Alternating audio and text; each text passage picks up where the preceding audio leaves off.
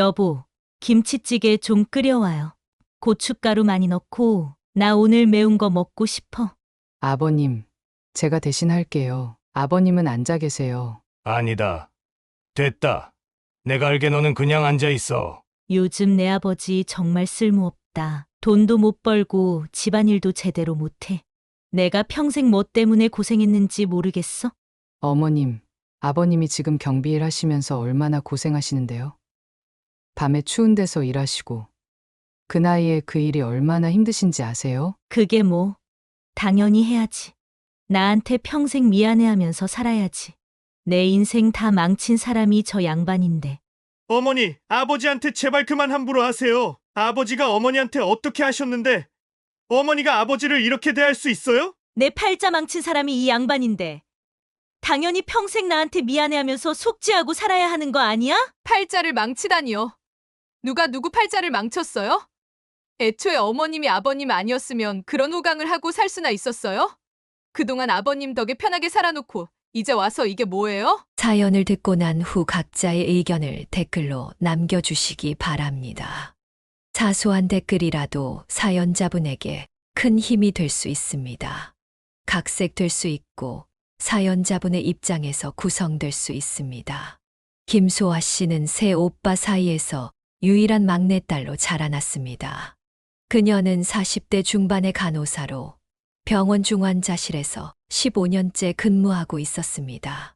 어릴 때부터 부모님의 엄격한 예절 교육과 가족들의 사랑을 듬뿍 받으며 성장했던 그녀는 타인에게 다정함을 나눠줄 줄 아는 여성이 되었습니다. 김소아 씨의 유년 시절은 대체로 행복했습니다. 세 오빠들은 그녀를 공주님처럼 대해 주었고 부모님은 늦둥이 딸이라며 각별히 사랑해 주셨습니다. 그런 환경 속에서 그녀는 자존감이 높고 정서적으로 안정된 아이로 자랄 수 있었습니다. 30살이 되던 해 그녀는 병원 원무과에서 일하던 이현구 씨와 인연을 맺게 되었습니다. 이현구 씨는 소아 씨의 따뜻한 미소와 환자들을 대하는 친절한 태도에 마음을 빼앗겼다고 합니다. 두 사람은 6개월 정도 데이트를 한 후 결혼을 결심했습니다. 당신 같은 사람을 만나서 정말 다행이야. 내가 어릴 때부터 좀 복잡한 가정에서 자랐거든. 이현구 씨는 프로포즈를 하던 날 소아 씨에게 이런 말을 했습니다. 그는 생후 8개월 때 친어머니를, 여인 후 5살 때 아버지가 재혼하여 새어머니 밑에서 자랐다고 했습니다. 처음에는 새어머니가 잘해주었지만 동생들이 태어난 후부터는 미묘한 차별을 겪었다고 합니다. 이 이야기를 들은 소아 씨는 시댁과의 첫 만남을 앞두고 내심 걱정이 되었습니다. 결혼 인사를 드리러 간 날, 소아 씨의 걱정과는 달리 시아버지는 그녀를 너무나 반갑게 맞아주었습니다. 앞으로 우리 형구 잘 부탁하네. 시아버지로서 할 수 있는 건 다 도와줄 테니 둘이 행복하게 살아가게. 시아버지의 말투는 격식 있으면서도 따뜻했습니다. 그는 중견 전자부품 제조업체를 운영하는 성공한 사업가였고, 시어머니는 그 회사에서 회계 담당으로 일하다가 인연이 되어 재혼한 사이였습니다. 시댁은 경제적으로 풍족했고, 신혼부부를 위해 아파트 한 채를 선뜻 마련해 주었을 정도였습니다. 처음에는 시어머니도 표면적으로는 소아 씨를 환영하는 태도를 보였습니다. 하지만 뭔가 어색하고 형식적인 느낌이 드는 것을 소아 씨는 놓치지 않았습니다. 그녀는 남편이 왜 어린 시절 외로움을 느꼈는지 그때는 이해하지 못했습니다. 결혼 후 첫 몇 달은 신혼의 달콤함에 빠져 지냈습니다. 시아버지는 항상 소아 씨에게 친절했고 명절이나 가족 모임 때마다 그녀를 위해 특별히 선물을 준비하기도 했습니다. 시어머니와 두 시누이 이윤화, 이은미 씨는 겉으로는 화목한 모습을 보였지만 소아 씨는 그들이 시아버지 앞에서만 행동이 달라진다는 것을 점차 눈치채기 시작했습니다. 우리 아버님 정말 좋으신 분이야. 참 운이 좋았어. 이런 시아버지를 만나서. 소아 씨는 친정 엄마에게 종종 이런 말을 했습니다. 하지만 그녀는 아직 시댁의 진짜 모습을 알지 못했습니다. 시어머니와 시누이들의 숨겨진 속내, 그리고 앞으로 펼쳐질 가족의 비극적인 변화는 그때까지만 해도 상상도 못했습니다. 결혼 생활이 시작되고 몇 개월이 지난 어느 가을밤, 소아 씨는 침대에 누운 채 말이 없는 남편을 발견했습니다. 그날은 시댁에서 저녁 식사를 하고 돌아온 날이었습니다. 그녀는 남편의 손을 꼭 잡고 무슨 일이 있는지 물었습니다. 오늘 어머니가 또 그러셨어. 시누이들 옷은 열심히 고르면서 내 옷은 쳐다보지도 않더라고. 이현구 씨는 무거운 한숨을 내쉬며 오랫동안 묻어두었던 상처를 조금씩 털어놓기 시작했습니다. 그의 친어머니는 그가 생후 8개월일 때 병으로 세상을 떠났고 5살이 되던 해에 아버지가 지금의 시어머니와 재혼했다고 합니다. 처음에는 시어머니가 그를 잘 돌봐주었지만 자신의 친딸인 윤화와 은미가 태어난 후부터는 눈에 띄게 달라졌다고 했습니다. 생각해보면 정말 사소한 것들이었는데 그런 게 매일매일 쌓이니까 소아 씨는 남편의 이야기를 들으며 가슴이 아팠습니다. 학창 시절에는 도시락 반찬에 은근한 차별이 있었다고 합니다. 동생들 도시락에는 고기 반찬이 들어있는데 이현구 씨의 도시락에는 김치와 계란 프라이만 들어있는 일이 자주 있었습니다. 물어보면 시어머니는 항상 깜빡했다며 모르는 척했지만 그런 실수가 너무 자주 반복되었다고 합니다. 집안일도 마찬가지였습니다. 시어머니는 항상 이현구 씨에게만 집안일을 시키고 두 시누이는 놀러 나가는 것을 허락했습니다. 쇼핑을 갈 때도 시누이들의 옷은 잔뜩 사오면서 이현구 씨의 옷에는 관심도 없었습니다. 가장 상처받았던 건 내가 4년제 대학에 합격했을 때였어. 동생들은 전문대에 갔는데 어머니가 요즘 대학 나와서 뭐 하냐고 구하셨어. 내 자존심을 완전히 짓밟았지. 이현구 씨의 목소리가 떨렸습니다. 그는 어린 시절부터 이런 은근한 차별을 평생 받아왔고 그로 인해 깊은 트라우마가 생겼다고 했습니다. 시아버지는 회사 일로 바빠서 가족을 돌볼 시간이 많지 않았고 시어머니는 시아버지 앞에서는 항상 모범적인 엄마의 모습을 보여 불만을 토로해도 별 소용이 없었다고 합니다. 아버지는 항상 미안해 하셨어. 내가 너무 바빠서 너희들을 잘 돌보지 못해 미안하다고 말씀하셨지. 나도 아버지를 원망하진 않았어. 항상 가족을 위해 열심히 일하셨으니까 오히려 나를 제일 먼저 챙겨주려고 애쓰셨고. 이런 남편의 고백을 들으며 소아 씨는 시어머니에 대한 복잡한 감정이 생겼습니다. 겉으로는 단란해 보이는 가족이지만 내면에는 깊은 상처와 갈등이 있다는 것을 알게 되었습니다. 그래도 어머니가 아버지한텐 정말 잘하셔. 그래서 나도 어머니랑 잘 지내려고 노력했어. 남편의 말처럼 시어머니는 시아버지에게 지극정성이었습니다. 항상 과일을 직접 깎아 시아버지 입에 넣어주고 어깨를 주물러 드리며 끊임없이 칭찬과 애교를 부렸습니다. 남편은 이런 시어머니의 모습이 불편하다고 했지만 시아버지를 위해서 참고 있었습니다. 소아 씨는 이런 이야기를 들으며 앞으로의 시댁 생활이 순탄치 않을 것이라는 예감이 들었습니다. 하지만 그녀는 남편의 손을 꼭 잡고 함께 이겨나가자고 다짐했습니다. 이제 우리가 함께니까 걱정하지만 난 당신 편이야. 앞으로 어떤 일이 있어도. 그녀의 다정한 위로에 이현구 씨의 눈시울이 붉어졌습니다. 그는 오랫동안 혼자 품어왔던 상처를 처음으로 누군가와 나눌 수 있어 조금은 마음이 가벼워진 것 같았습니다. 이 대화를 통해 소아 씨는 시어머니와 시누이들의 행동을 더 주의 깊게 관찰하기 시작했고 남편의 말이 사실임을 점점 확인하게 되었습니다.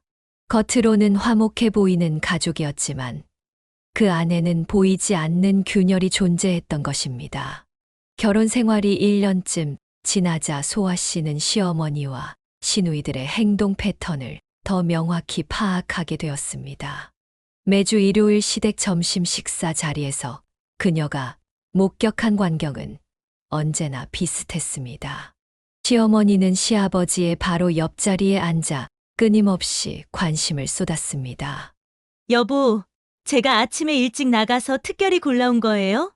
입 벌려봐요. 시어머니는 포크로 찍은 과일을 시아버지 입에 직접 넣어주며 눈을 반짝였습니다. 시아버지가 씹는 모습을 보며 연신 감탄사를 내뱉었습니다. 어떻게 과일 드시는 모습도 이렇게 멋있으세요? 어깨 뭉쳤죠? 제가 주물러 드릴게요. 이런 모습을 처음 봤을 때는 시어머니가 시아버지를 정말 사랑하는 줄 알았습니다. 하지만 그녀의 행동이 시아버지 앞에서만 달라진다는 점이 수상했습니다. 시누이들도 마찬가지였습니다. 큰 시누이 윤아 씨는 항상 시아버지 곁에 붙어서 교묘하게 애교를 부렸습니다. 아빠, 제가 다른 쪽 어깨 주물러 드릴게요. 어때요? 시원하죠? 처음에는 이런 모습이 깊은 부녀 관계의 표현이라 생각했지만 소아 씨는 곧 이 모든 것이 연기라는 사실을 깨달았습니다. 어느 날 남편이 속삭이듯 말했습니다. 저건 다 아버지 지갑을 10개 만들려는 연극이야. 어머니랑 두 동생들. 아버지 돈으로 얼마나 사치하는지 넌 모를 거야. 이현구 씨의 말대로 시댁에 방문할 때마다 현관에는 명품 쇼핑백이 가득했고 거실 한쪽에는 고가의 화장품과 옷들이 쌓여 있었습니다. 소아 씨는 시어머니와 시누이들의 생활 패턴에 충격을 받았습니다.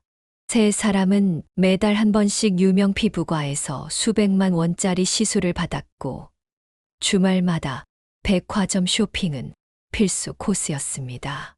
심지어 아파트 단지 내 편의점에 가는 짧은 거리도 택시를 타고 다니며 1년에 2번씩은 유럽이나 미국으로 고급 해외여행을 떠났습니다. 어느 날 저녁 소아 씨는 시아버지와 둘만 남게 되었을 때 조심스럽게 물었습니다. 아버님, 매달 생활비가 얼마나 드세요? 시아버지가 말한 금액을 듣고 그녀는 깜짝 놀랐습니다. 그것은 소아 씨와 남편 두 사람의 월급을 합친 것보다도 훨씬 많은 금액이었습니다. 시아버지는 한숨을 내쉬며 말했습니다. 나야 검소하게 살지만 이 집 여자들 쓰는 돈을 감당하기가 쉽지 않아. 그래도 가족이 행복하면 나도 좋으니. 하지만 시아버지의 표정에서 그녀는 근심을 읽을 수 있었습니다. 시어머니와 시누이들의 과도한 소비가 시아버지를 압박하고 있다는 것을 알 수 있었습니다. 이런 상황에서도 시누이들은 시아버지에게 끊임없이 새로운 요구를 했습니다.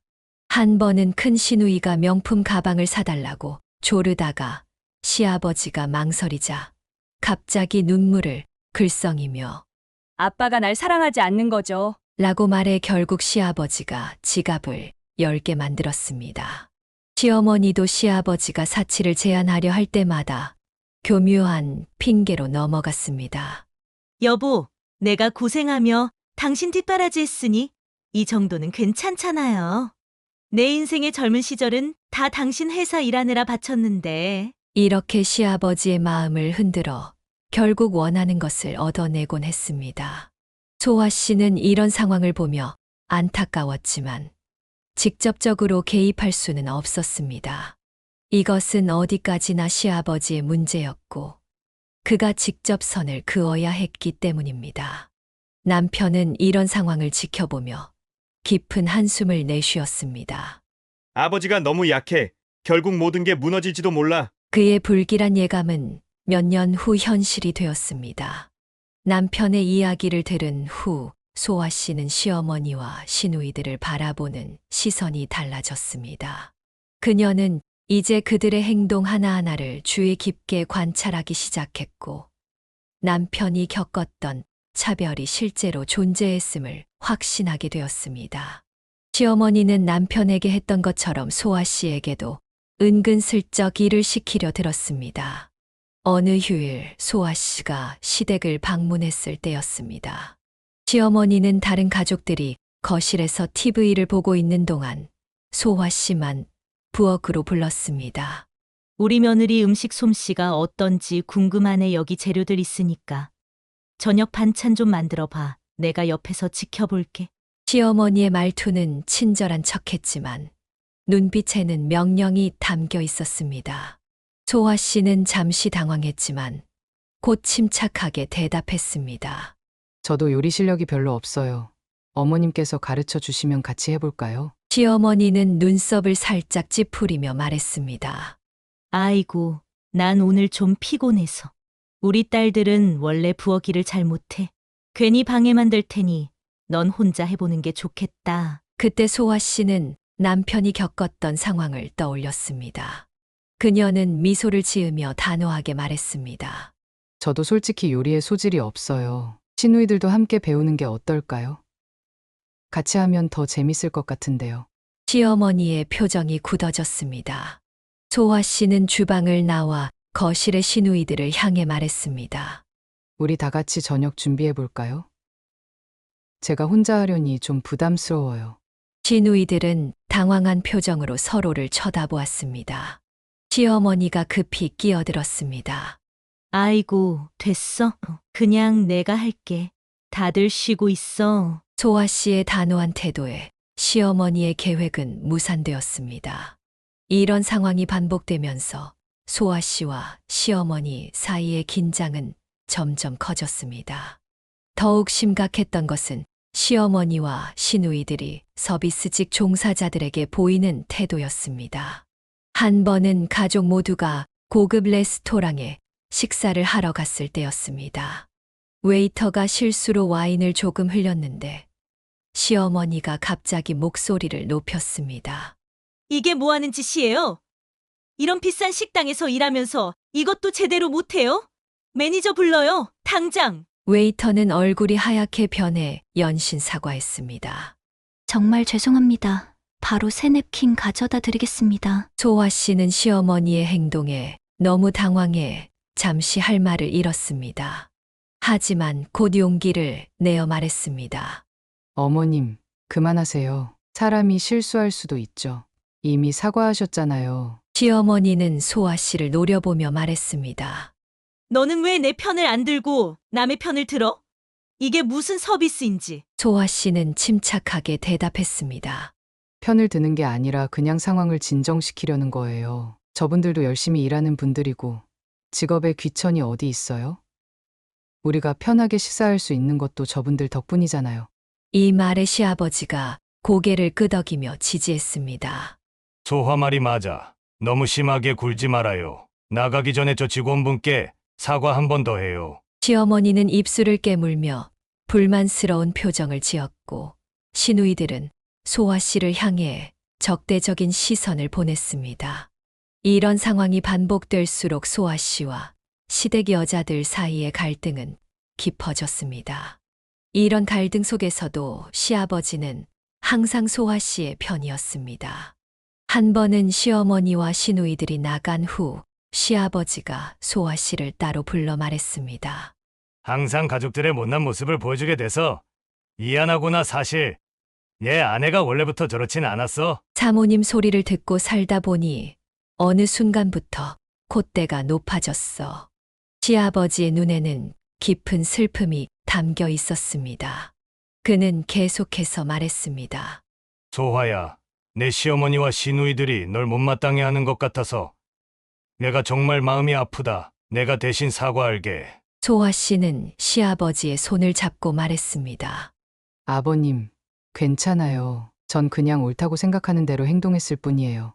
아버님은 전혀 사과하실 필요 없어요. 이런 시아버지의 따뜻함 때문에 소아 씨는 시댁의 다른 문제들을 견딜 수 있었습니다. 그녀에게 시아버지는 시댁에서 유일하게 마음을 나눌 수 있는 사람이었고, 그런 시아버지의 지지가 있었기에 소아 씨는 시어머니와의 갈등 속에서도 자신의 원칙을 지킬 수 있었습니다. 하지만 시어머니와 시누이들의 적대감은 점점 커져갔고, 소아 씨가 시댁을 방문할 때마다 불편한 기류가 흘렀습니다. 남편은 이런 상황에 마음이 아팠지만 소아 씨가 자신의 아픔을 이해하고 자신의 편이 되어준다는 사실에 고마움을 느꼈습니다. 고마워. 내 편이 되어줘서. 사실 평생 혼자 이런 상황을 견뎌왔는데 이제 너랑 함께라서 정말 든든해. 소아 씨는 남편을 꼭 안아주었습니다. 두 사람은 서로에게 의지하며 시댁의 복잡한 상황을 헤쳐나가기로 했습니다. 결혼 10년이 지난 어느 날 소아 씨의 전화기가 울렸습니다. 남편이었습니다. 그의 목소리는 평소와 달리 떨리고 있었습니다. 여보, 큰일이야. 아버지 회사가 파산 직전이래. 지금 내가 시댁으로 가는 중인데 퇴근하면 바로 와줄래? 소아 씨는 퇴근하자마자 시댁으로 향했습니다. 도착했을 때 거실 분위기는 무거웠습니다.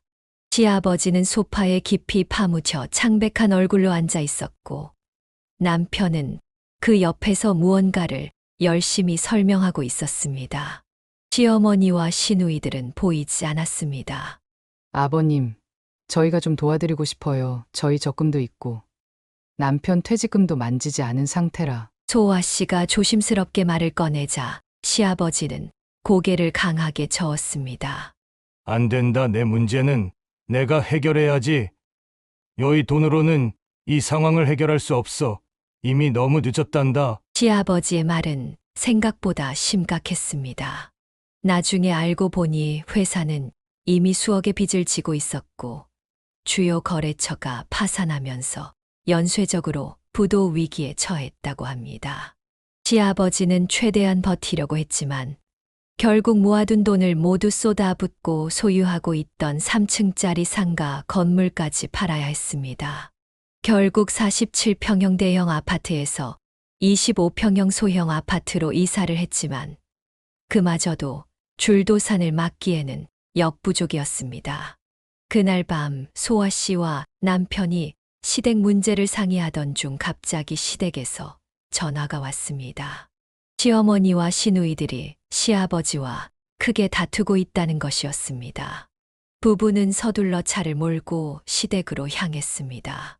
시댁에 도착하니 아수라장이 펼쳐져 있었습니다.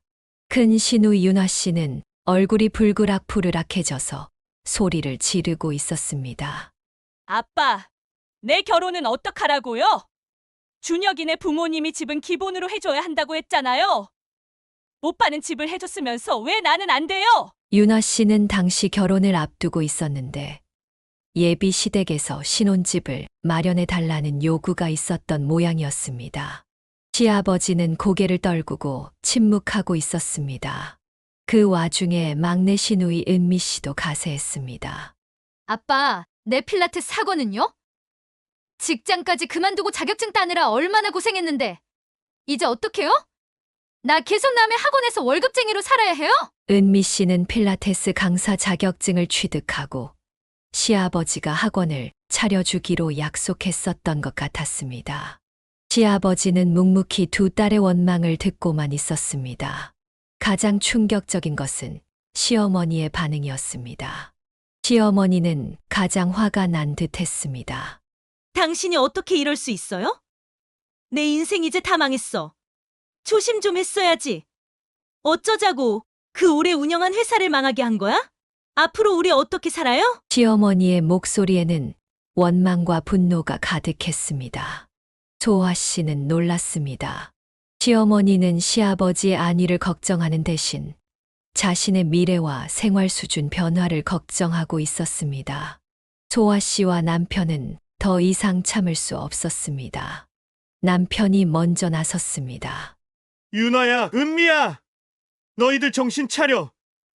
지금 아버지가 어떤 상황인데 그런 이기적인 말을 해? 너희 나이가 몇인데 그런 때를 써? 어른처럼 행동해! 소아 씨도 가만히 있지 않았습니다. 어머님, 어떻게 그런 말씀을 하실 수 있어요? 아버님이 평생 어머님을 위해 얼마나 헌신하셨는데요. 운이 없어서 사업이 안 된 거지. 아버님 잘못이 아니잖아요. 지금은 어머님이 아버님을 위로해 드려야 할 때예요. 그러나 세 사람은 이미 자신들의 분노와 상실감에 빠져 있었습니다. 윤아 씨와 은미 씨는 울음을 터뜨렸고 시어머니는 침실로 들어가 문을 쾅 닫아버렸습니다. 가장 가슴 아픈 건 그동안 당당하고 위엄 있던 시아버지의 모습이 완전히 사라지고 눈물을 흘리며 고개를 숙인 채 앉아 계신 모습이었습니다. 남편은 아버지 옆에 앉아 어깨를 감싸 안았습니다.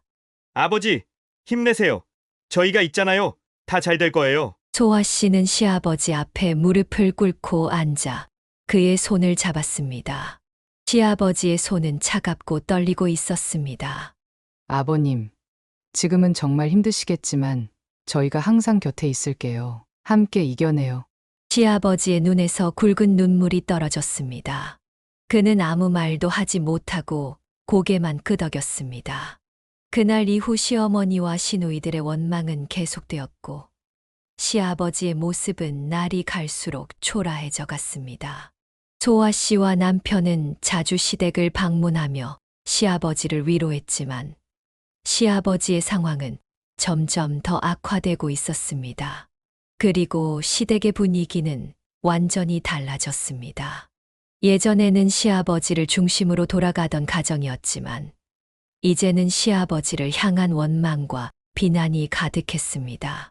소아 씨와 남편은 시어머니와 시누이들의 태도를 보며 분노가 치밀었습니다. 어느 주말 소아 씨 부부는 시아버지를 돕기 위해 시댁을 방문했습니다. 도착하자마자 큰 시누이 윤아 씨의 울음소리가 들렸습니다.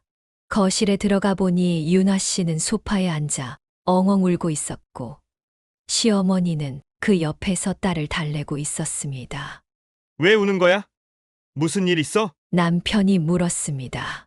시어머니가 한숨을 쉬며 대답했습니다.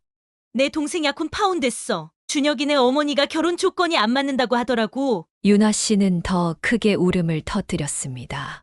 다 아빠 때문이야. 아빠가 집 안 해준다 하니까 준혁이 엄마가 그러는 거라고. 내가 얼마나 준혁이를 사랑했는데? 이제 어떡해? 소아 씨는 시누이의 말에 어이가 없었습니다.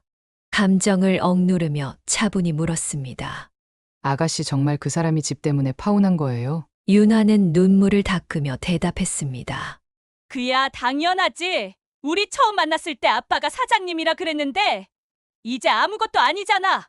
준혁이네서 딸 시집 보낼 때 최소한 집은 해줘야 한다고 했단 말이야. 소아 씨는 더 이상 참을 수 없었습니다. 그럼 그 사람은 아가씨를 진심으로 사랑한 게 아니네요. 물질적인 조건만 보고 결혼하려 했던 거잖아요. 오히려 지금 알게 된 게 다행 아닌가요? 그녀의 얼굴이 붉어졌습니다. 뭐라고요? 뭐가 다행이에요?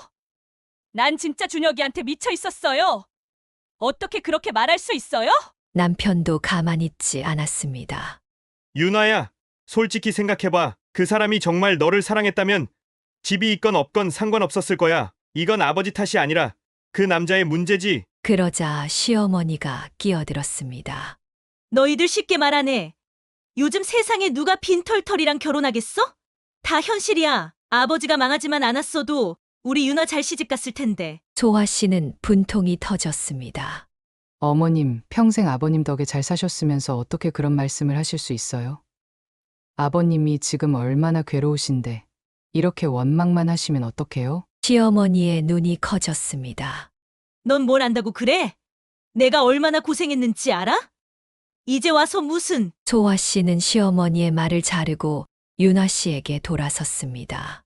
솔직히 물어볼게요. 그 남자가 당신을 조건 때문에 떠났다면 그건 당신의 가치를 몰라준 거예요. 아버님 탓이 아니에요. 만약 남자 쪽에서 당신의 조건만 보고 결혼하려 했다면 그건 당신 능력도 아니고 아버님 능력이었잖아요. 윤아 씨는 입을 벌렸다가 다물었습니다. 그녀의 눈에서 분노가 번쩍였지만 할 말이 없어 보였습니다. 너 지금 불난 집에 부채질하니? 내 딸이 상처받아 울고 있는데 왜 사람 속을 더 후벼 파? 시어머니가 소아 씨를 노려보며 말했습니다. 하지만 소아 씨는 물러서지 않았습니다.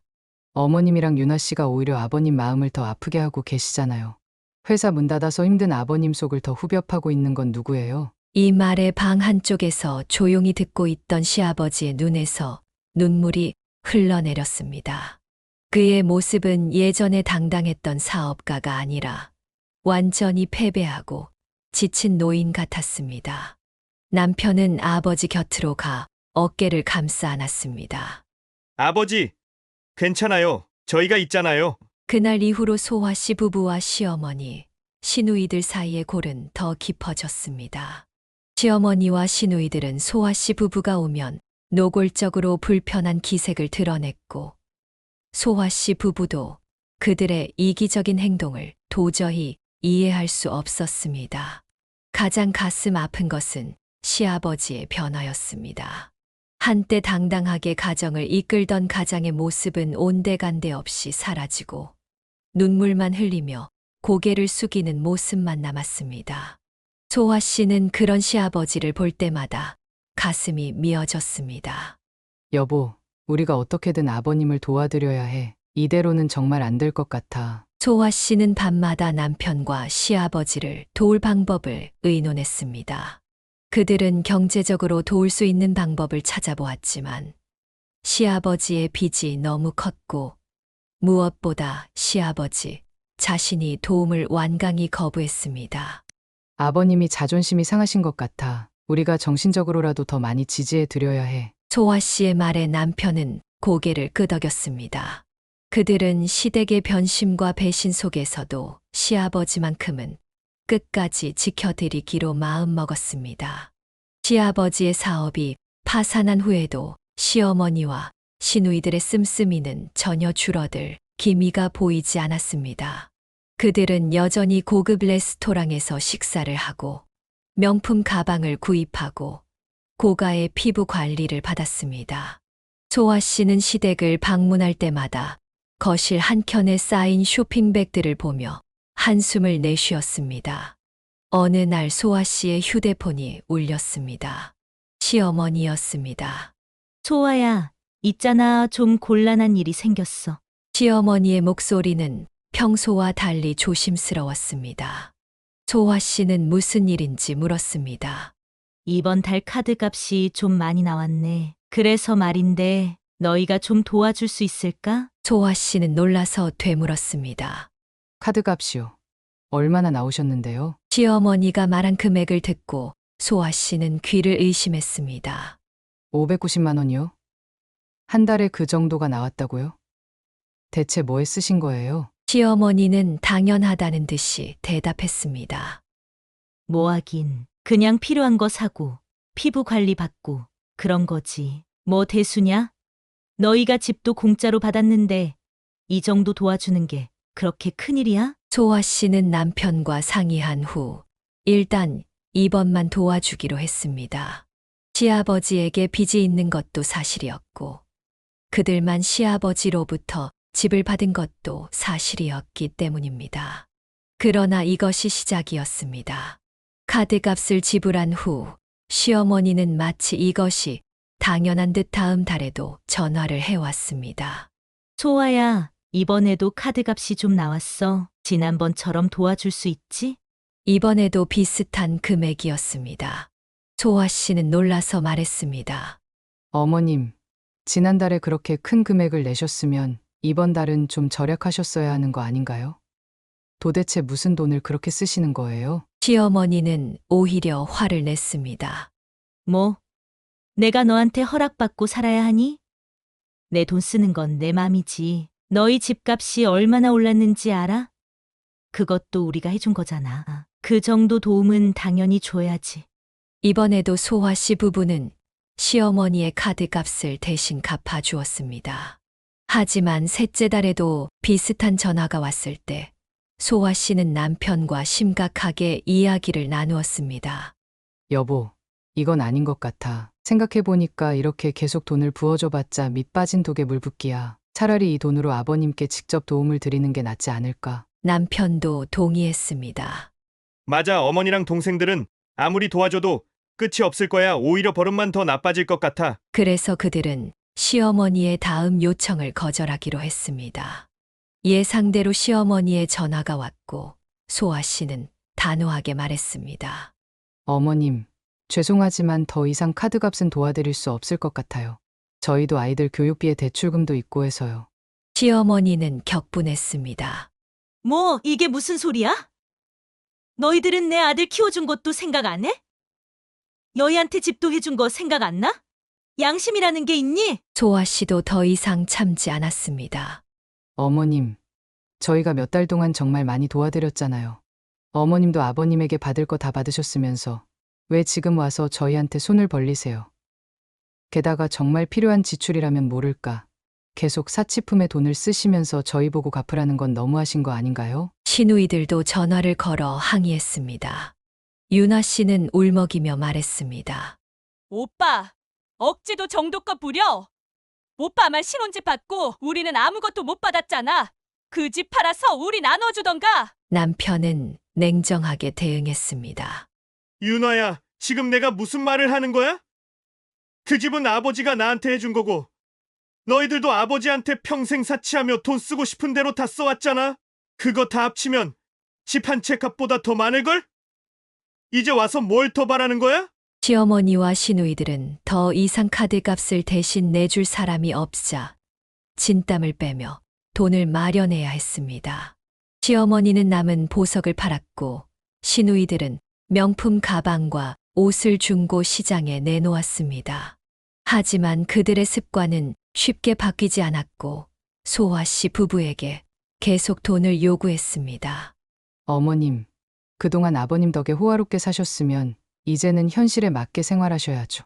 저희도 더 이상 도와드릴 형편이 안 돼요. 소아 씨의 단호한 태도에 시어머니는 점점 더 적대적으로 변해갔습니다. 그녀는 이제 시아버지에게 돈을 요구하기 시작했습니다. 시아버지는 나이 들어 경비원으로 일하며 간신히 생계를 이어가고 있었는데 시어머니는 그마저도 빼앗아 자신의 필요를 채우려 했습니다. 소아 씨와 남편은 시어머니 몰래 시아버지를 도우려 했지만 시아버지는 자존심 때문에 거절했습니다. 됐다. 애미야, 내일은 내가 알아서 할게. 너희 신경 쓰지 마. 시아버지의 목소리에는 깊은 피로감이 묻어 있었습니다. 그는 평생 가족을 위해 일해왔지만 정작 가장 필요할 때 가족들은 그를 외면했습니다. 시아버지의 경제적 몰락 이후 가장 놀라운 변화는 시어머니의 태도였습니다. 예전에는 시아버지를 극진히 모시며 과일을 직접 먹여주고 어깨를 주물러주던 시어머니가 이제는 완전히 달라진 모습을 보였습니다. 소아 씨는 시댁을 방문할 때마다 충격적인 광경을 목격했습니다. 어느 주말 소아 씨 부부가 시댁을 방문했을 때였습니다. 거실에 들어서자 시어머니가 큰 소리로 시아버지를 부르고 있었습니다. 여보, 빨리 와봐요. 내 다리 좀 주물러 봐. 오늘 좀 아파서. 시아버지는 주방에서 빠르게 나와 시어머니 앞에 무릎을 꿇고 앉았습니다. 소아 씨는 그 모습을 보고 깜짝 놀랐습니다. 예전에는 항상 시아버지가 상석에 앉아 존경받던 모습이었는데 이제는 시어머니가 상석에 앉아 시아버지를 마치 하인처럼 부리고 있었습니다. 설렁설렁하지 말고 제대로 해요. 여기 아픈데. 시어머니는 명령하듯 말했고 시아버지는 아무 말 없이 순종했습니다. 소아 씨는 남편을 바라보았고 남편의 얼굴에도 충격과 분노가 가득했습니다. 식사 시간에도 시어머니의 횡포는 계속되었습니다. 여보, 김치찌개 좀 끓여와요. 고춧가루 많이 넣고, 나 오늘 매운 거 먹고 싶어. 시아버지는 조용히 일어나 주방으로 향했습니다. 소아 씨는 참지 못하고 따라갔습니다. 아버님, 제가 대신 할게요. 아버님은 앉아 계세요. 시아버지는 미소를 지으며 소아 씨의 손을 잡았습니다. 아니다. 됐다. 내가 알게 너는 그냥 앉아 있어. 시아버지의 목소리는 조용했지만 단호했습니다. 그의 자존심이 상하지 않게 하기 위해 소아 씨는 더 이상 고집하지 않았습니다. 거실로 돌아와 앉자 시어머니가 소아 씨에게 말했습니다. 요즘 내 아버지 정말 쓸모없다. 돈도 못 벌고 집안일도 제대로 못해. 내가 평생 뭐 때문에 고생했는지 모르겠어? 소아 씨는 그 말을 듣고 화가 치밀었지만 참고 말했습니다. 어머님, 아버님이 지금 경비일 하시면서 얼마나 고생하시는데요? 밤에 추운 데서 일하시고 그 나이에 그 일이 얼마나 힘드신지 아세요? 시어머니는 코웃음을 쳤습니다. 그게 뭐, 당연히 해야지. 나한테 평생 미안해하면서 살아야지.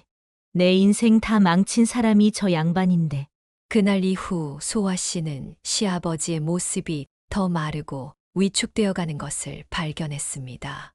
한때 당당하고 자신감 넘치던 사업가의 모습은 찾아볼 수 없었고, 대신 눈빛이 흐려진 노인만 남아 있었습니다. 74세가 된 시아버지는 흰머리가 많아졌고, 등은 구부정해졌으며, 걸음걸이도 느려졌습니다. 반면 시어머니는 여전히 사치를 즐기며 몸집이 더 불어났습니다. 시아버지가 경비 일을 하면서 번 돈을 모두 가져가 자신의 화장품과 옷, 피부 관리에 쓰곤 했습니다. 어느 날 소아 씨와 남편은 시어머니의 행동에 참다 못해 항의했습니다. 어머니, 아버지한테 제발 그만 함부로 하세요. 아버지가 어머니한테 어떻게 하셨는데 어머니가 아버지를 이렇게 대할 수 있어요? 시어머니는 화를 내며 소리쳤습니다. 내 팔자 망친 사람이 이 양반인데. 당연히 평생 나한테 미안해하면서 속죄하고 살아야 하는 거 아니야? 소아 씨는 그 말에 더욱 분노했습니다. 팔자를 망치다니요. 누가 누구 팔자를 망쳤어요? 애초에 어머님이 아버님 아니었으면 그런 호강을 하고 살 수나 있었어요? 그동안 아버님 덕에 편하게 살아놓고 이제 와서 이게 뭐예요? 시어머니는 코웃음을 치며 말했습니다.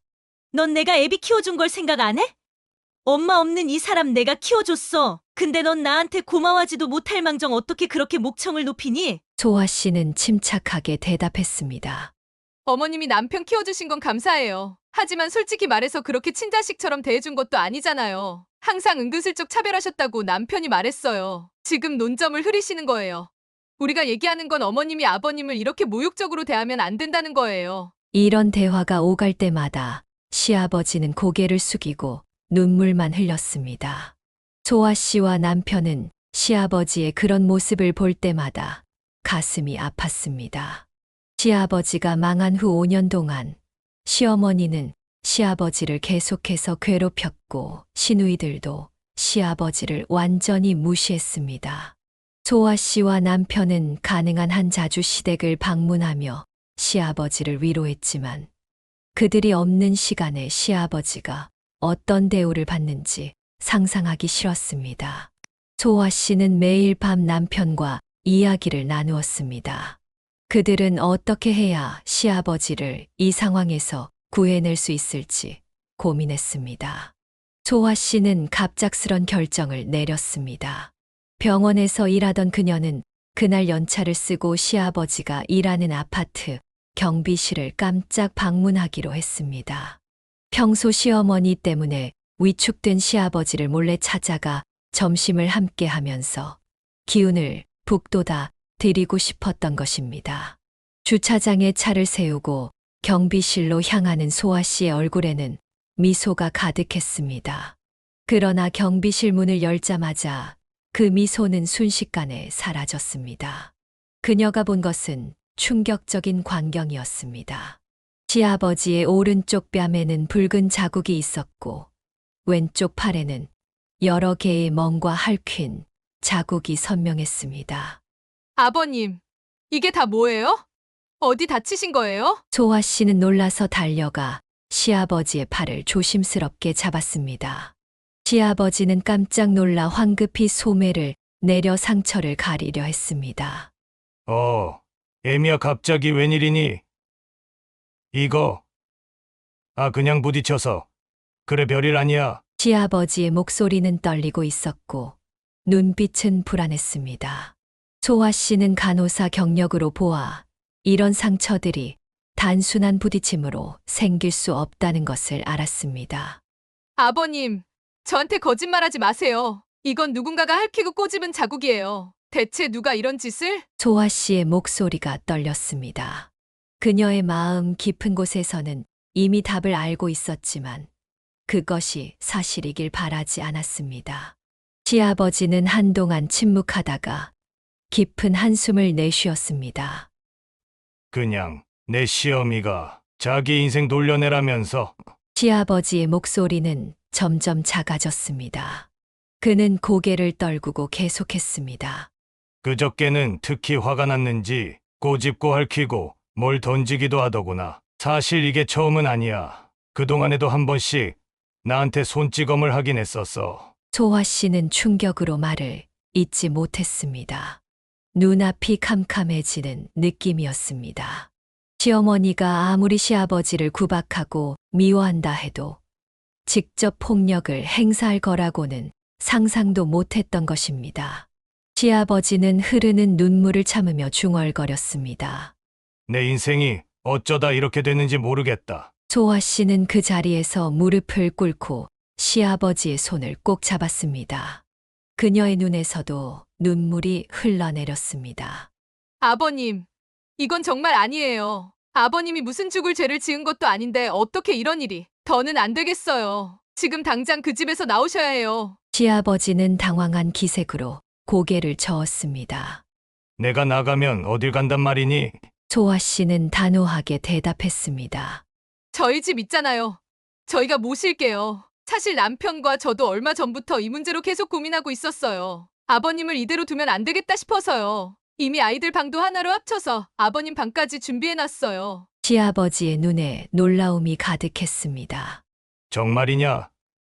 그래도 내가 어떻게 염치 없이 너희들 신세를 지고 살겠니? 소아 씨는 시아버지의 손을 더 꼭 잡았습니다. 아버님, 부모 자식이 같이 사는 게 왜 염치 없는 일이에요? 말도 안 되는 소리 하지 마세요. 지금 당장 저희 집으로 가시는 거예요. 약속하세요. 시아버지의 눈에서 굵은 눈물이 흘러내렸습니다. 약속하마 정말 고맙다. 에미야, 그날 소아 씨는 남편에게 즉시 연락해 상황을 설명했습니다. 남편은 일을 중단하고 바로 달려왔고 시아버지를 그들의 집으로 모셨습니다. 시아버지가 안전하게 소아 씨의 집에 도착한 후 소아 씨와 남편은 시아버지의 짐을 가지러 시댁으로 향했습니다. 시댁에 도착했을 때 시어머니는 놀란 표정으로 그들을 맞았습니다. 뭐야? 너희들이 연락도 없이 이 시간에 웬일이냐? 오라는 이 양반은 왜 퇴근도 안 하고? 소아 씨가 바로 이어 말했습니다. 아버님 제가 저희 집으로 모시고 갔어요. 오늘부터 아버님 저희가 모실 거예요. 시어머니의 얼굴이 순간 굳었다가 곧 분노로 일그러졌습니다. 뭐? 나랑 상의도 없이 나만 쏙 빼고 그 인간만 모시고 살겠다고. 너희 지금 내가 계모라고 차별하는 거야? 소아 씨는 더 이상 참을 수 없었습니다. 그녀는 시어머니를 똑바로 쳐다보며 떨리는 목소리로 말했습니다. 차별당할 짓은 어머님이 먼저 하셨죠. 어머님 아버님한테 이젠 손찌검까지 하셨다면서요? 저 아버님 상처 다 봤어요. 시어머니의 얼굴이 창백해졌습니다.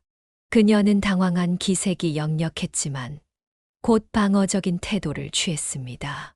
사람이 할 짓이 있고 못할 짓이 있지. 어떻게 아버님한테 그렇게까지 할 수가 있어요? 아버님 덕에 호의호식하고 살았으면서 어떻게 사람이 그러냐고요. 소아 씨의 목소리는 점점 더 커졌습니다. 그런 어머님이랑 아버님을 더 이상 어떻게 한 집에 둬요? 진짜 부끄러운 줄 아세요. 남편도 분노한 목소리로 가세했습니다. 어머니, 그래도 키워주셔서 감사한 은혜 오늘 이 자리에서 어머니가 아버지에게 한 집 똑같이 되짚어 드리지 않는 걸로 대신하겠습니다. 어차피 어머니는 아버지 은혜를 깡그리 잊어버린 죄 평생 달게 받게 되실 거예요. 시어머니는 점점 움츠러들었지만 여전히 반항적인 태도를 보였습니다. 사람이 우라가 치밀어서 부부싸움 좀 한 거 가지고 너희들 진짜 유난인 거 아니야? 소아 씨는 차갑게 대꾸했습니다. 부부싸움이요? 상처난 아버님 팔과 얼굴을 보셨어요? 그게 부부싸움으로 생긴 상처라고 생각하세요? 결국 시어머니는 버티지 못하고 소리쳤습니다. 그래, 그 인간 데려가라. 데려가. 짐도 싹 다 가져가 버려. 남의 자식 키워놔봐야 다 소용없구나. 아이고, 서러워서 원. 소아 씨와 남편은 시어머니의 히스테릭한 반응을 무시하고 시아버지의 짐을 모두 챙겨 집으로 돌아왔습니다. 그날 밤 시아버지는 소아 씨의 집에서 오랜만에 편안한 잠을 이루었고 소아 씨 부부는 이제야 시아버지를 제대로 보호할 수 있게 되었다는 안도감에 가슴을 쓸어내렸습니다. 시아버지를 모신 지 하루가 지난 다음 날 저녁 소아 씨 가족은 화목한 저녁 식사를 마치고 있었습니다. 아이들은 시아버지에게 학교 이야기를 신나게 들려주고 있었고, 시아버지는 오랜만에 편안한 미소를 짓고 있었습니다. 그때 갑자기 초인종이 요란하게 울렸습니다. 인터폰을 확인한 소아 씨는 깜짝 놀랐습니다. 시어머니와 두 시누이가 서 있었던 것입니다. 남편이 문을 열자 세 사람은 기다렸다는 듯이 거칠게 안으로 들어왔습니다. 이게 무슨 일이세요? 소아 씨가 당황한 표정으로 물었습니다. 시어머니는 거실에 앉아 있는 시아버지를 향해 도끼 어린 눈빛을 던지며 말했습니다. 우리 영감 데려가서 좋겠네? 그래, 이혼하자고? 근데 나한테도 줄 거 있어야지? 소아 씨는 어리둥절한 표정으로 되물었습니다. 무슨 말씀이신지. 시어머니는 턱을 치켜들고 오만하게 말했습니다. 이 집 얼마짜리야? 처음엔 3억대였는데 지금은 8억 된 거 알아? 그 절반인 4억은 당연히 내 몫이지. 그 돈 내놓으면 이혼하고 너희 다시는 안 볼게. 방 안이 순간 얼어붙었습니다. 소아 씨와 남편은 황당함에 아무 말도 나오지 않았습니다. 시아버지는 믿을 수 없다는 눈빛으로 시어머니를 쳐다보았습니다. 소아 씨가 정신을 차리고 말했습니다. 어머님은 웬 말도 안 되는 소리예요? 저희 재산이 어머님이랑 무슨 상관인데요? 이거 참 황당하네요. 시어머니는 기세등등하게 외쳤습니다. 뭐가 말도 안 돼? 이 집 누가 해준 건데? 우리 돈으로 산 거잖아. 큰 시누이 윤화도 거들었습니다. 새언니네만 집 받고 우린 아무것도 못 받았어. 그래 놓고 뭐가 불공평하다는 거야? 소아 씨는 냉정하게 대답했습니다. 그건 아버님이 주신 거지 어머님이 주신 게 아니잖아요. 그동안 어머님 세 분이 명품백에 해외여행에 쓴 돈 다 합치면 집값 하나는 훌쩍 넘을 텐데요. 지금 와서 이런 억지를 부리시면 어떡해요? 남편도 단호하게 말했습니다. 더 이상 말하지 마세요. 나가주시면 좋겠어요. 소아 씨가 문 쪽을 가리키며 그들을 내보내려 했을 때 갑자기 뺨에 화끈한 통증이 느껴졌습니다. 시어머니가 그녀의 얼굴을 세게 내리친 것입니다. 지금 저를 때린 거예요? 소아 씨가 충격에 빠져 물었습니다. 시어머니는 오히려 더 큰 목소리로 소리쳤습니다. 그럼 버릇없는 년이 시어미한테 대들어? 더 맞아볼래? 소아 씨는 공포와 분노가 뒤섞인 목소리로 말했습니다. 어머님, 이러시면 나중에 크게 후회하실 겁니다. 시어머니가 비웃듯 말했습니다. 후회. 내가 뭘 어쩔 건데. 뭐 어떻게 할 건데. 그때까지 충격에 빠져 있던 남편이 소아 씨에게 달려와 그녀를 감쌌습니다. 여보, 괜찮아? 어디 많이 아파? 그리고 그 순간 가장 예상치 못한 일이 벌어졌습니다. 조용히 앉아있던 시아버지가 갑자기 일어나 시어머니 앞으로 다가갔습니다. 그의 얼굴은 분노로 일그러져 있었습니다. 이런 미친 여자를 봤나? 시아버지는 시어머니의 뺨을 3번 연속으로 세게 때렸습니다. 시어머니가 당한 것과 같은 방식으로, 그러나 훨씬 더 세게 말입니다. 방 안에 모두가 얼어붙었습니다. 시어머니가 비명을 질렀습니다. 시아버지는 시어머니의 팔을 강하게 잡고 소리쳤습니다. 내가 감히 누굴 때려? 그동안 날 몇 번이나 때렸는데? 내가 널 위해 평생 일해 바쳤는데 이게 내가 할 짓이야? 이제는 내 며느리까지 건드려? 시누이들이 비명을 지르며 시아버지를 말리려 달려들었습니다. 아빠, 미쳤어요? 어떻게 엄마를 때려요? 시아버지는 분노에 차서 계속 소리쳤습니다. 당장 이 집에서 꺼져! 은혜도 모르는 것들! 내가 준 거 다 토해내고 당장 나가! 시누이들은 시아버지를 막으려고 팔을 휘두르며 달려들었습니다. 남편이 재빨리 시누이들을 제지했습니다. 이게 무슨 짓이야? 아버지한테 손댈 생각 마. 그동안 아버지 등골 빼먹고 살았으면 이제 그만해. 은혜를 원수로 갚는 짓 좀 그만해. 시어머니와 시누이들은 쫓겨나지 않겠다며 소파에 드러누우려고 했습니다. 소아 씨는 더 이상 참을 수 없어 휴대폰을 꺼내들었습니다.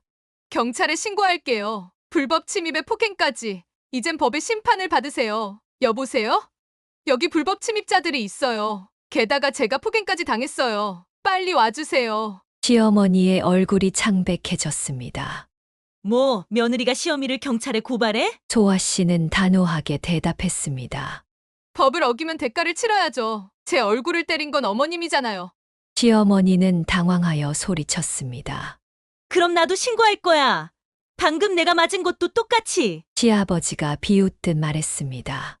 그래, 신고해. 근데 내 몸에 상처들 보이지? 병원 진단서도 있어. 내가 그동안 날 학대한 증거야. 똑같이 신고당하고 싶어. 시어머니의 얼굴이 하얗게 변했습니다. 그녀는 말문이 막혔습니다. 결국 출동한 경찰에 의해 시어머니와 시누이들은 집 밖으로 끌려나갔습니다. 소아 씨에게 폭행을 한 죄로 시어머니는 경찰서로 연행되었고, 소아 씨는 처벌을 원한다고 확실히 말했습니다. 경미한 처벌로 끝날지 모르지만 분명한 교훈이 필요해요. 이런 폭력이 다시는 반복되면 안 되니까요. 소아 씨의 단호한 결정에 시어머니는 겁에 질린 표정을 지었지만 이미 돌이킬 수 없는 상황이 되었습니다. 시어머니의 폭행 사건 이후 시아버지는 무거운 결심을 내렸습니다. 소아 씨와 남편이 저녁을 준비하는 동안 그는 거실 소파에 앉아 두 사람을 불렀습니다. 잠깐 둘이 이리 와 볼래? 시아버지의 표정이 평소와 달리 단단해 보였습니다. 소아 씨와 남편이 그의 앞에 앉자 시아버지는 깊은 한숨을 내쉬었습니다. 결정했다. 정식으로 이혼 신청을 할 거야. 남편이 놀라며 물었습니다. 정말 그러실 거예요? 어머니랑 결혼 생활이 거의 40년인데 시아버지는 고개를 끄덕였습니다. 사실 그동안 망설였던 건 사람을 함부로 버려선 안 된다는 생각 때문이었어. 그리고 내가 너무 무기력해서 이혼을 미뤄왔던 것도 있고. 하지만 이제는 안 되겠다. 그 사람은 더 이상 내 아내가 아니야. 소아 씨는 시아버지의 손을 꼭 잡았습니다. 아버님, 저희가 전폭적으로 지지할게요. 어떤 결정을 하시든 저희는 아버님 편이에요.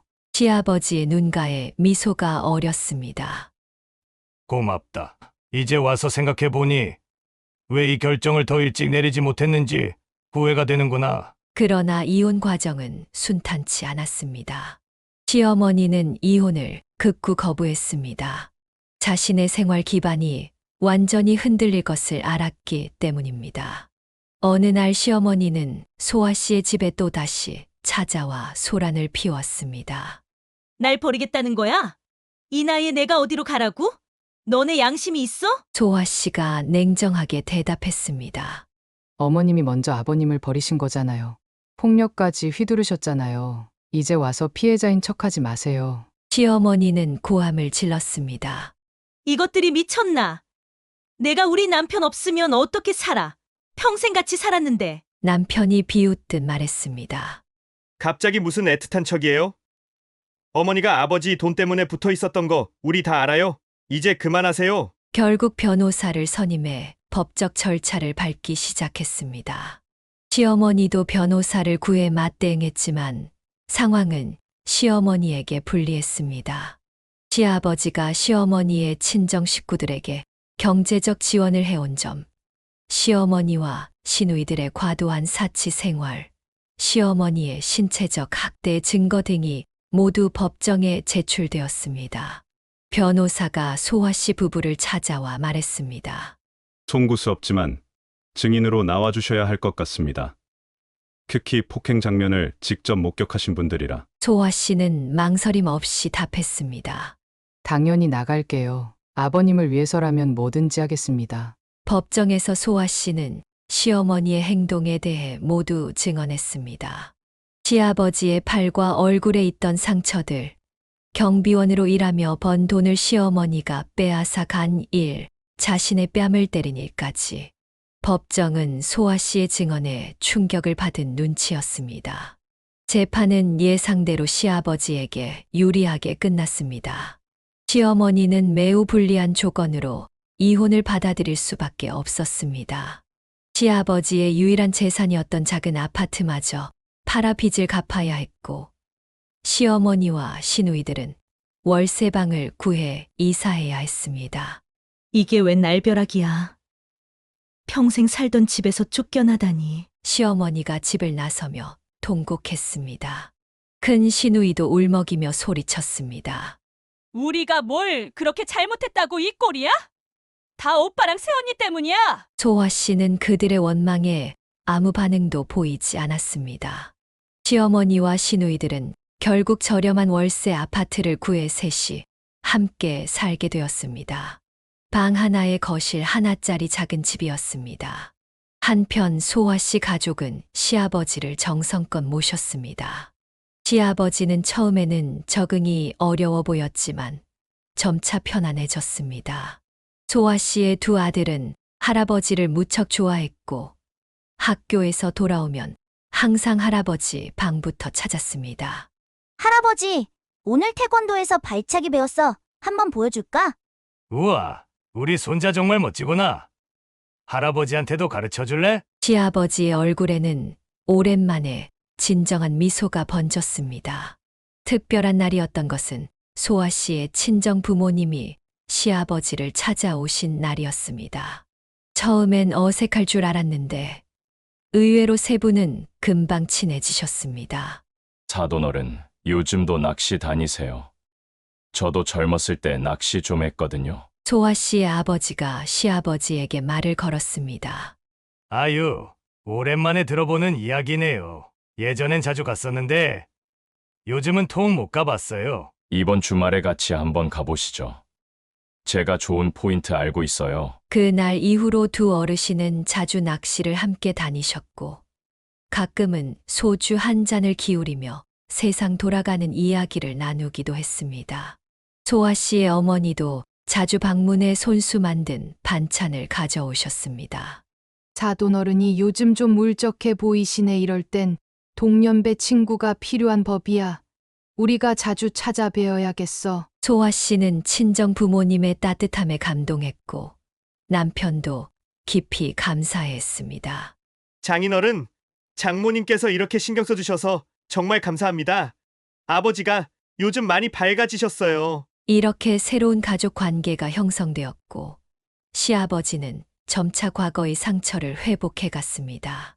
소아 씨 부부는 이혼 과정의 스트레스와 경제적 부담에도 불구하고 시아버지를 지키기로 한 자신들의 결정이 옳았다고 확신했습니다. 시부모님의 이혼 후 2년이 지난 어느 평범한 주말 오후 소아 씨는 남편과 함께 대형 마트에서 장을 보고 있었습니다. 과일 코너에서 사과를 고르던 중 문득 익숙한 뒷모습이 눈에 들어왔습니다. 조금 수척해 보였지만 분명 작은 시누이 은미였습니다. 소아 씨는 잠시 망설이다가 다가갔습니다. 아가씨? 은미는 깜짝 놀라 뒤를 돌아보더니 소아 씨를 발견하고 당황한 기색이 역력했습니다. 한때 고급 브랜드 옷과 가방으로 치장하고 우아한 모습을 뽐내던 그녀는 이제 낡은 청바지에 흔한 티셔츠를 입고 있었습니다. 화장기 없는 얼굴은 피곤해 보였고 손톱에는 예전의 화려한 네일아트 대신 매니큐어 흔적도 없었습니다. 언니, 은미는 잠시 어색한 침묵 후 억지로 미소를 지었습니다. 오랜만이네요. 잘 지내세요? 소아 씨는 담담하게 대답했습니다. 네, 우리는 다들 잘 지내요. 아버님도 건강하시고요. 은미 씨는 어떻게 지내요? 은미는 주변을 살피더니 마트 한쪽에 있는 작은 카페를 가리켰습니다. 잠깐 시간 있으세요? 커피 한 잔 할래요? 카페에 앉자 은미는 한숨을 깊게 내쉬었습니다. 그녀의 얼굴에는 지난 2년간의 고생이 묻어나 있었습니다. 솔직히 말하면 전 그냥 그렇게 살아요. 필라테스 학원 강사 일도 오래 못했어요. 처음엔 괜찮았는데 원장님이 월급을 자꾸 미루고 부당한 요구를 많이 해서 결국 그만뒀어요. 지금은 동네 작은 카페에서 아르바이트하고 있어요. 소아 씨는 조용히 듣고 있었습니다. 은미는 계속해서 말을 이어갔습니다. 유나 언니랑도 연락이 거의 끊겼어요. 몇 달 전에 마지막으로 연락했을 때 언니는 무슨 다단계 사업에 빠져서 전라도 쪽으로 내려갔다고 하더라고요. 처음엔 잘 된다고 자랑하더니 얼마 안 가서 전화도 안 받고 나중에 알아보니 그 사업이 거의 사기에 가까웠고 언니는 거기에 투자한 돈을 다 잃었대요. 지금은 어디서 뭐 하는지도 모르겠어요. 소아 씨는 놀라움을 감추지 못했습니다. 그럼 지금 어머님은 어떻게 지내세요? 은미의 눈에 잠시 물기가 돌았습니다. 엄마는 처음엔 식당에서 일하셨어요. 주방 보조로요. 근데 그 일이 생각보다 너무 힘드셨나 봐요. 허리를 다치셔서 지금은 요양 중이에요. 국민연금이랑 기초생활수급비 받으면서 근근히 살고 계세요. 제가 가끔 돈을 보태드리긴 하는데 제 형편도 넉넉지 않아서. 소아 씨는 잠시 어떤 말을 해야 할지 몰라 커피잔만 만지작거렸습니다. 한때 그토록 오만하고 이기적이었던 시어머니와 시누이들이 이제는 각자의 방식으로 고난을 겪고 있다는 사실이 믿기지 않았습니다. 사실 언니, 제가 많이 후회하고 있어요. 은미가 갑자기 말했습니다. 아버지가 잘 나가실 때 우리가 너무 사치스럽게 살았어요. 돈 관리도 안 하고 미래를 전혀 생각하지 않았죠. 아버지가 항상 해결해 주실 거라고만 믿었으니까. 지금 생각하면 우리가 정말 이기적이었어요. 소아 씨는 은미의 솔직한 고백에 조금 놀랐습니다. 그녀는 시누이의 손을 가볍게 잡았습니다. 과거는 과거예요. 지금부터라도 자립해서 살아가면 돼요. 은미는 미소를 지으려 했지만 금세 표정이 어두워졌습니다. 쉽지 않아요. 평생 남의 도움만 받으며 살아왔으니까 사회생활도 서툴고 돈 관리도 못하고 이렇게 힘들게 살 줄 몰랐어요. 그녀는 잠시 침묵했다가 조심스럽게 물었습니다. 아버지는 정말 잘 지내세요? 소아 씨는 고개를 끄덕였습니다. 네, 정말 잘 지내세요. 처음엔 많이 우울해하셨지만 지금은 손자들과 지내는 시간도 즐기시고 동네 노인회에서 바둑도 두시고 그러세요. 가끔 친정아버지랑 낚시도 다니시고요. 은미의 눈에 눈물이 고였습니다. 다행이네요. 전 사실 아버지가 보고 싶어요. 하지만 제가 무슨 면목으로 찾아가겠어요. 그때 우리가 얼마나 못되게 굴었는데. 소아 씨는 복잡한 감정에 휩싸였습니다. 시누이들이 시아버지를 학대하고 외면했던 기억이 떠올랐지만 지금 눈앞에 있는 은미의 모습은 너무나도 초라하고 상처받은 모습이었습니다.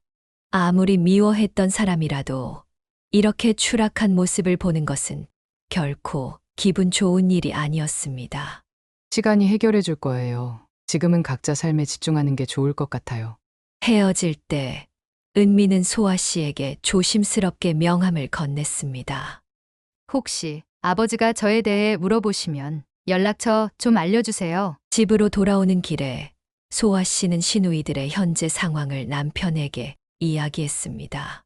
남편은 깊은 한숨을 내쉬었습니다. 그들이 자업자득이긴 하지만 들으니 마음이 좋진 않네. 특히 어머니가 몸까지 아프시다니. 소아 씨는 창밖을 바라보며 생각에 잠겼습니다. 그녀는 시누이들과 시어머니에게 여전히 좋은 감정을 갖고 있지는 않았지만 그들이 겪는 고통을 보며 어느 정도 연민을 느꼈습니다. 결국 모든 것은 인과응보였습니다. 시아버지의 돈에만 의존하며 살았던 그들은 자립할 능력을 기르지 못했고 결국 현실의 냉혹한 벽에 부딪히고 만 것입니다.